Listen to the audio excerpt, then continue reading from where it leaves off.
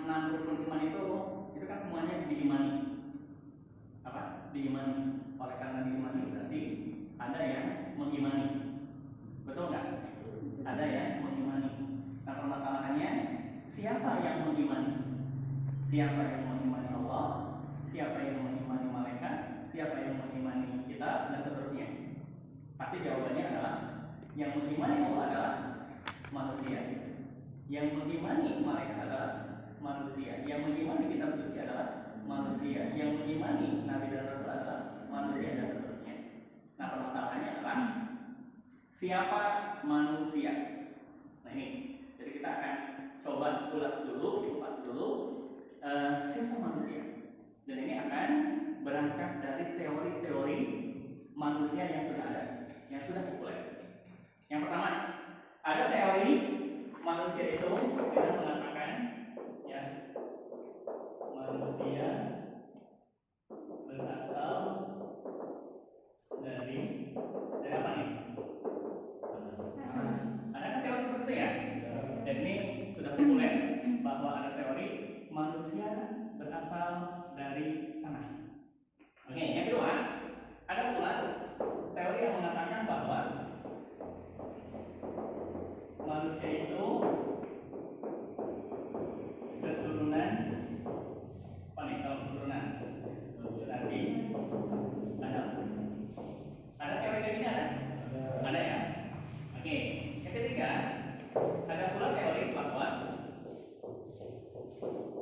manusia itu merupakan hasil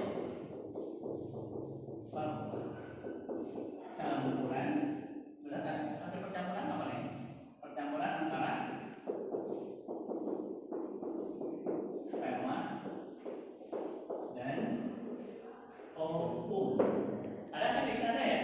Teori yang mengatakan bahwa manusia itu hasil dari percampuran antara sperma dan ovum. Oke, yang keempat, ada pula teori bahwa manusia itu apa nih? Merupakan wujud evolusi. Evolusi apa nih? Darwin. Pernah dengar? Dan saya yakin kalian tahu ya.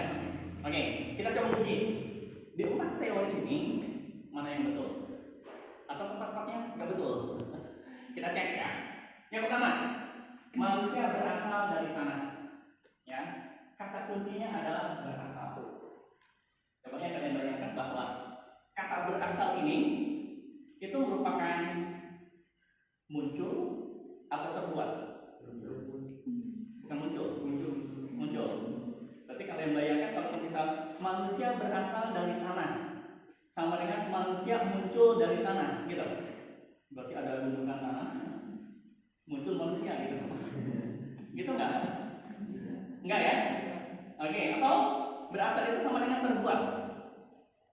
Kalau manusia berasal dari tanah sama dengan manusia terbuat dari tanah, betul nggak? Kalau memang seperti itu, maka ada analogi. Kalian tahu bala-bala?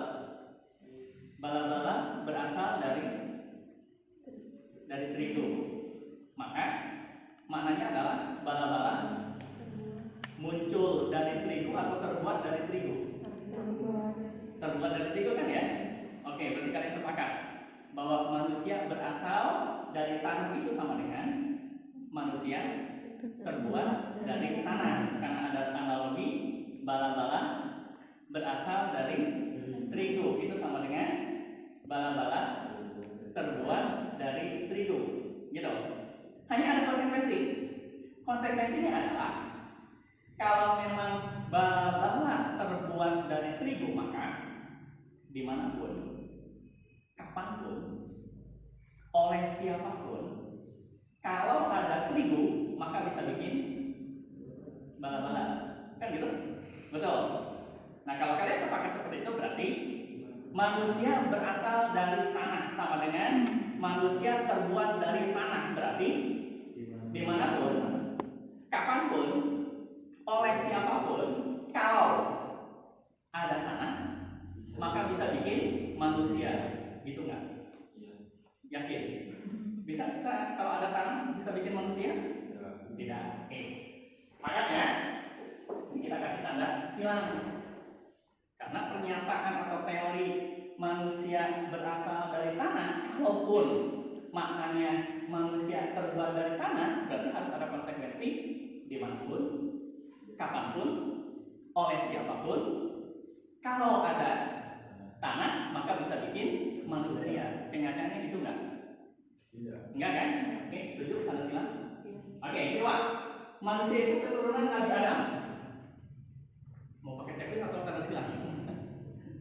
Kita kaji. Kata kuncinya adalah keturunan. Kata kuncinya adalah keturunan.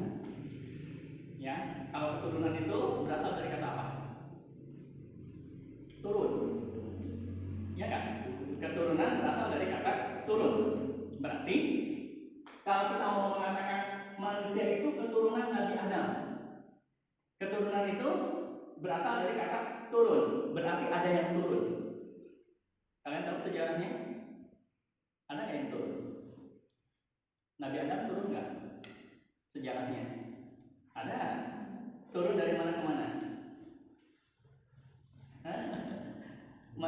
Nabi Adam kan turun dari surga ke bumi, bumi sana, bumi sana, ke bumi atau ke dunia. Ada kan sejarah kayak gitu ya, bahwa Nabi Adam itu turun dari surga ke bumi. Ada sebabnya tidak? Apa sebabnya? Apa? Nah, memakan buah kuldi kan ya?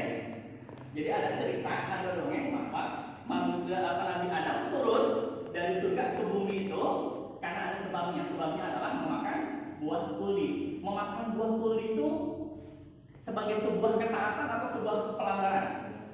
Pelanggaran berarti berpahala atau berdosa? Berarti saat Nabi Adam memakan buah kuldi, berarti Adam berdosa. Oleh karena berdosa, akhirnya Adam diturunkan dari surga ke bumi. Paham? Berarti kalau gitu, manusia ada karena Nabi Adam apa? Turun. Kan itu? Nabi Adam turun karena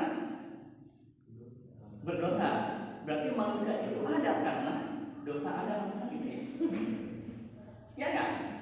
Kenyataannya gitu enggak? Enggak kan ya? Oke. Berarti ini pun kita kasih tanda silang. Kan kita ada di muka bumi bukan karena dosa Adam kan ya? Ya. Hanya kalaupun mau mengatakan bahwa manusia itu keturunan Adam, berarti ada kronologi seperti itu. Adam turunnya karena berdosa, manusia ada karena Adam turun karena Adam berdosa. Berarti manusia ada karena Adam berdosa. Kan gitu? Gitu enggak? Enggak kan ya? Oke, sekarang yang ketiga. Setuju dengan tanda silang? Tanda silang. Karena yang ketiga, manusia itu hasil percampuran antara sperma dan ovum. Bentar dulu. Ini kita garis bawahi percampuran. Yang kalian pahami percampuran atau pertemuan? Ketika manusia ini ada hasil percampuran sperma dan ovum atau pertemuan sperma dan ovum? Beda nggak maknanya? Pertemuan dengan percampuran sama atau beda? Beda. Kalau percampuran kalau pertemuan sperma dan ovum bertemu, habis bertemu balik lagi gitu. Kalau percampuran, nah begitu ketemu nyatu, gitu. Jadi yang benar apa nih? Hasil percampuran atau pertemuan? Pertempuran. Oh, pertemuan. Yang jadi manusia percampuran atau pertemuan? Percampuran kan ya? Bukan bola pertempuran kan ya? Oke, jadi hanya gini, timbul dua pertanyaan. Betulkah manusia itu hasil percampuran sperma dan ovum? Kalau begitu betul, ada dua pertanyaan. Pertanyaan yang pertama, ada nggak manusia yang bukan hasil percampuran sperma dan ovum? Ada nggak? Ada nggak? Ada. Siapa? Nabi Adam? Nabi Adam hasil percampuran sperma dan ovum bukan? Bukan. Berarti ada bukti ada loh manusia yang bukan hasil percampuran sperma dan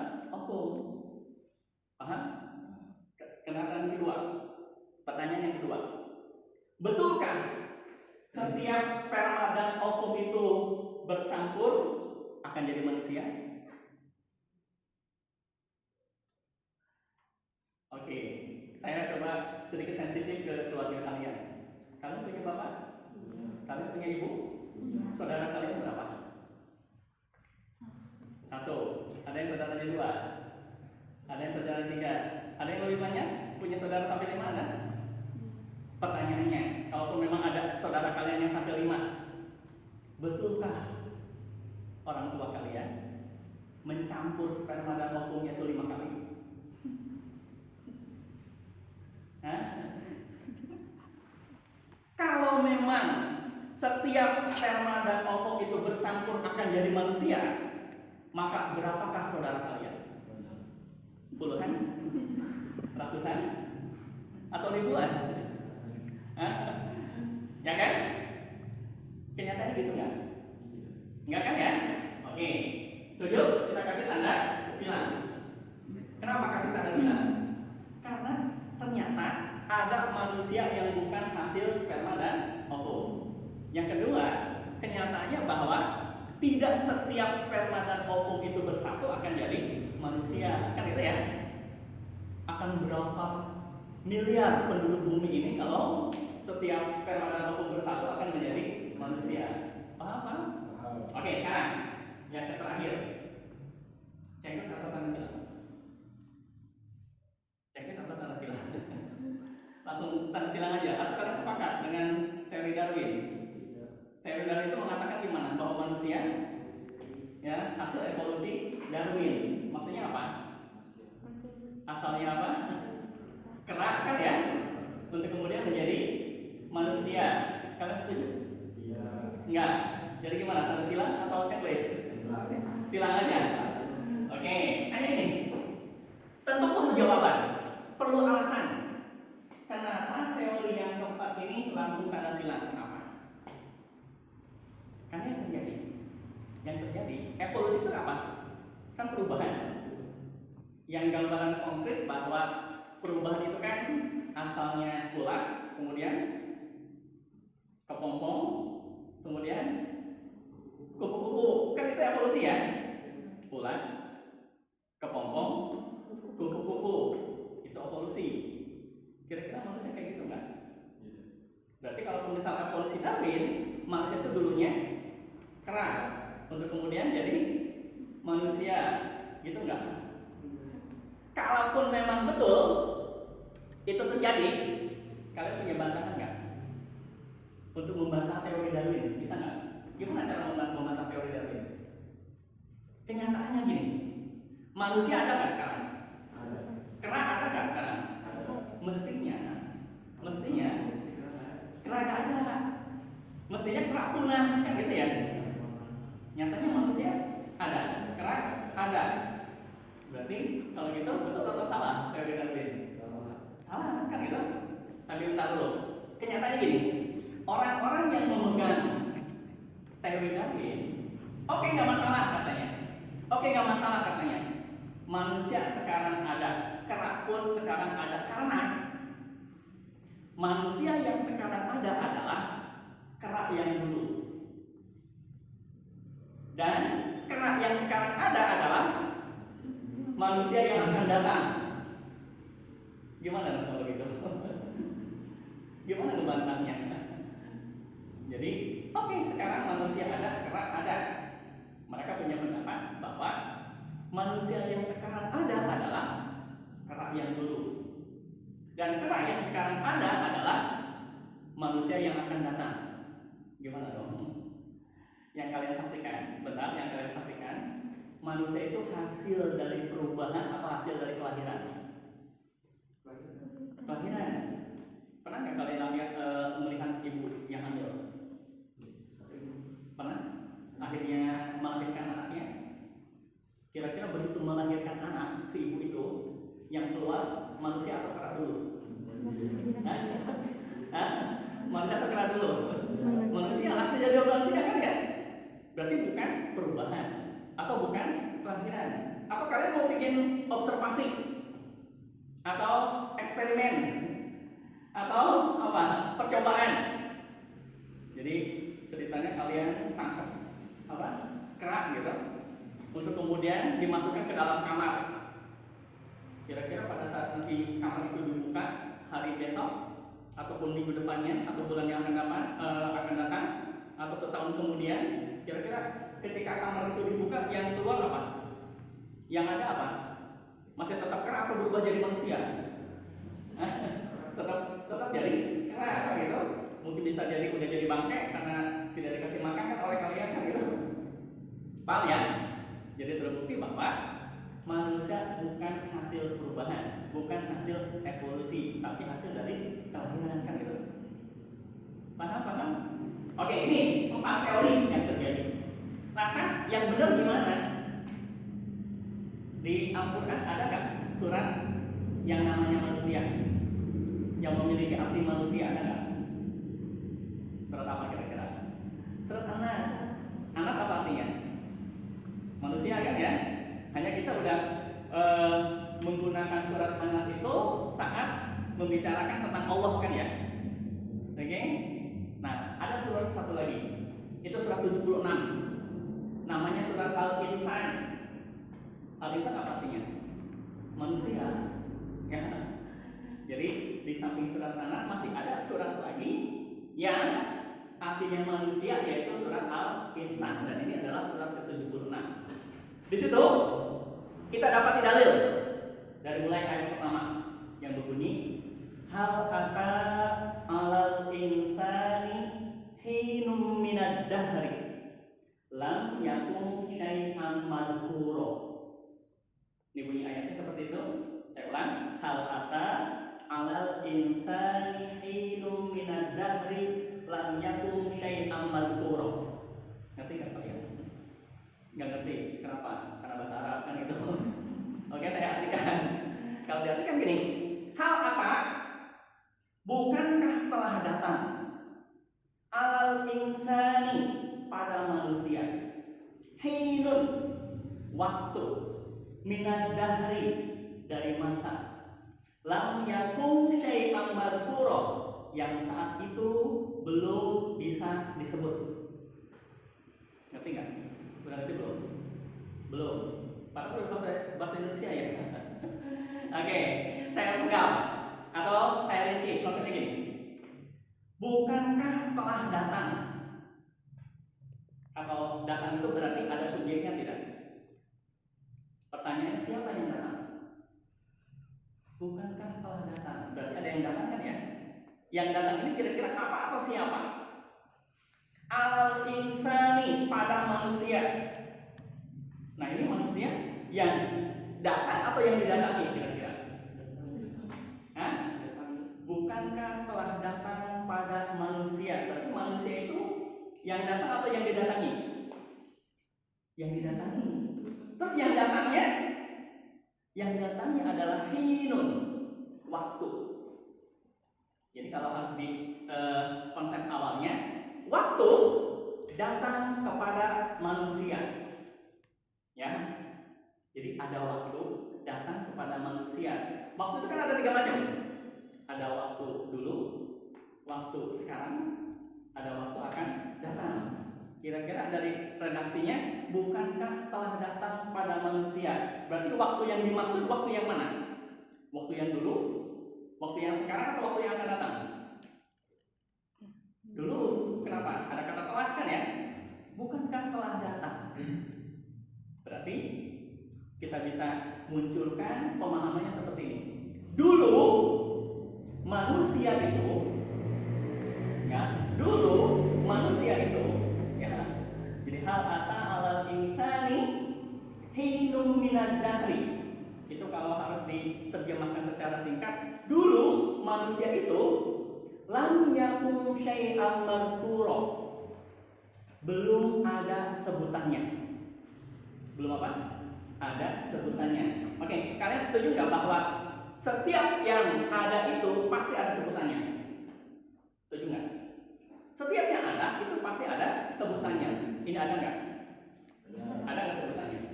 Apa sebutannya? Oke, itu ada nggak? Ada ya. Apa sebutannya? Kaca atau jendela kan ya? Oke, setuju bahwa setiap yang ada itu pasti ada sebutannya. Dan dulu manusia itu belum ada sebutannya. Berarti dulu itu manusia apa? Kan setiap yang ada sebutannya. Berarti kalau tidak ada sebutannya maka tidak ada. Paham? Berarti teorinya dari hal ata alal insani hinum minad dahri lam yakun syai'an madhkura itu adalah dulu manusia itu tidak ada. Paham? Kenapa dulu itu manusia tidak ada? Kenapa? Karena dinamakan manusia. Karena tidak ada sebutannya, kan gitu ya. Jadi manusia itu dulunya bukan anak. Manusia itu dulunya bukan Nabi Adam. Manusia itu dulunya bukan sperma. Manusia itu dulunya bukan ovum. Manusia itu dulunya bukan kerak, kan gitu ya. Kenapa? Karena dulu itu manusia tidak ada sebutannya. Makanya dari surat Al-Insan ayat 1 ini yang berbunyi hal ata alal insani hinum minad dahri lam yakun syai'an madhkura, itu artinya bahwa manusia itu dulunya tidak ada. Sekarang gimana? Ada. Kalau dulu tidak ada, sekarang ada, berarti kesimpulannya apa? Kesimpulannya berarti ada yang mengadakan. Paham? Berarti manusia itu ada ya? Mengadakan. Pertanyaannya, siapa yang mengadakan manusia? Yakin Allah? Nah, di ayat berikutnya ada bunyi ayat seperti ini. Inna khalaqnal insana min nutfatin amsaj. Sesungguhnya kami menciptakan manusia. Manusia dulunya apa? Tidak ada. Sekarang ada, berarti ada yang mengadakan. Pertanyaannya tadi apa? Siapa yang mengadakan manusia? Di ayat itu bunyinya gimana? Sesungguhnya kami menciptakan manusia. Berarti yang mengadakan manusia adalah kami, kan ya? Allah bukan. Kami itu berarti maknanya satu atau banyak? Sedangkan Allah berapa? Satu. Berarti seolah-olah di ayat itu bukan Allah yang menciptakan manusia, kan gitu ya? Paham? Bentar dulu. Ternyata gini. Dalam konteks bahasa Arab, di situ ayat 2 berbunyi khalaqna. Artinya kami menciptakan. Tapi ada di surat Az-Zariyat ya, surat 51 ayat 56 berbunyi wa ma khalaqtul jinna wal insa illa liya'budun. Di situ ada bunyi ayatnya khalaqtu. Saat khalaqna di sini maknanya kami. Saat khalaqtu di situ artinya aku. Artinya saat kami menciptakan manusia, berarti seolah-olah yang menciptakan manusia bukan Allah, kan ya? Kenapa? Karena kami itu satu atau banyak? Berbeda kalau misal wa ma khalaqtu, tidaklah aku ciptakan. Aku itu berapa? Allah berapa? Nyambung enggak? Ya. Nah, ini harus kalian pahami bahwa dalam redaksi Al-Qur'an Allah menyebutkan khalaqna yang artinya kami, khalaqtu yang artinya aku, itu memiliki makna. Apa maknanya? Bahwa saat khalaqna ataupun kami, berarti di situ Allah melibatkan pihak lain. Allah apa? Melibatkan pihak lain.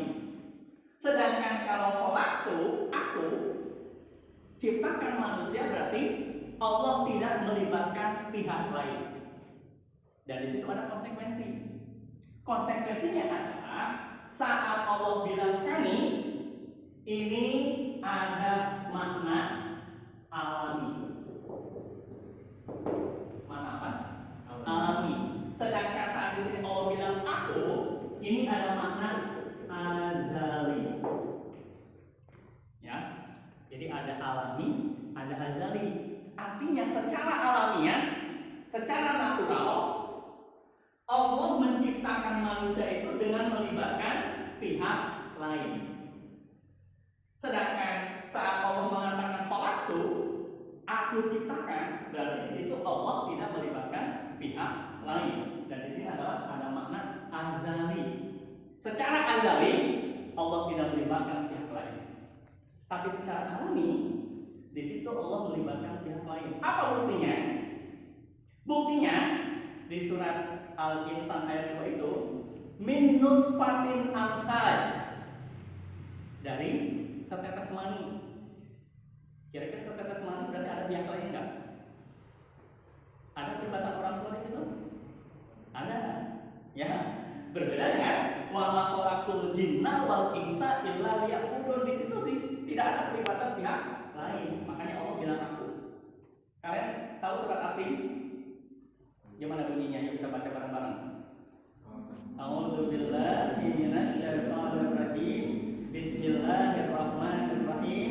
Gimana bunyinya? Wattini wazaituni, terus baturi sinina wa hadzal baladil amin, terus laqad khalaq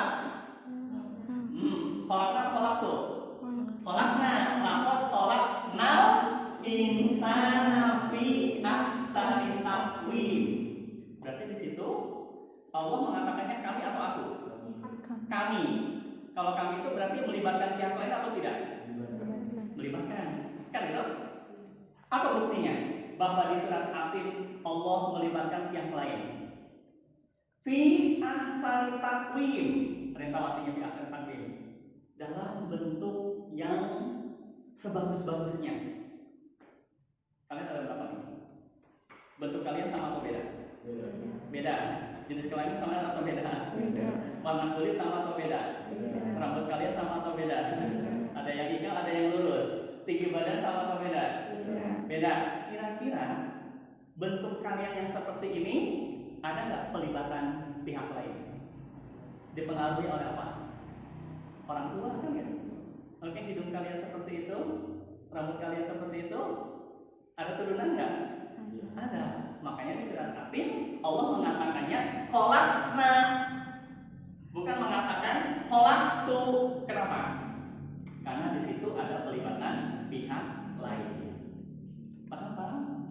Oke, jadi di sini ngomongin atau membicarakan tentang konsep manusia, bahwa teori tentang manusia yang 4 ini ditolak oleh surat Al-Insan ayat 1. Yang di situ kalau harus ada teori di surat Al-Insan ayat 1 menunjukkan bahwa dulu manusia itu tidak ada dan sekarang ada.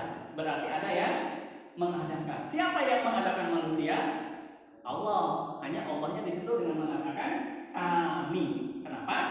Karena melibatkan pihak lain. Dan di situ ada makna apa?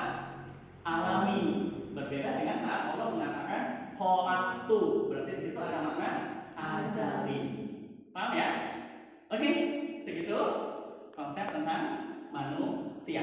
Teori tentang manusia yang berdasarkan Al-Qur'an. Paham ya? Kita akhiri. Assalamualaikum warahmatullahi wabarakatuh.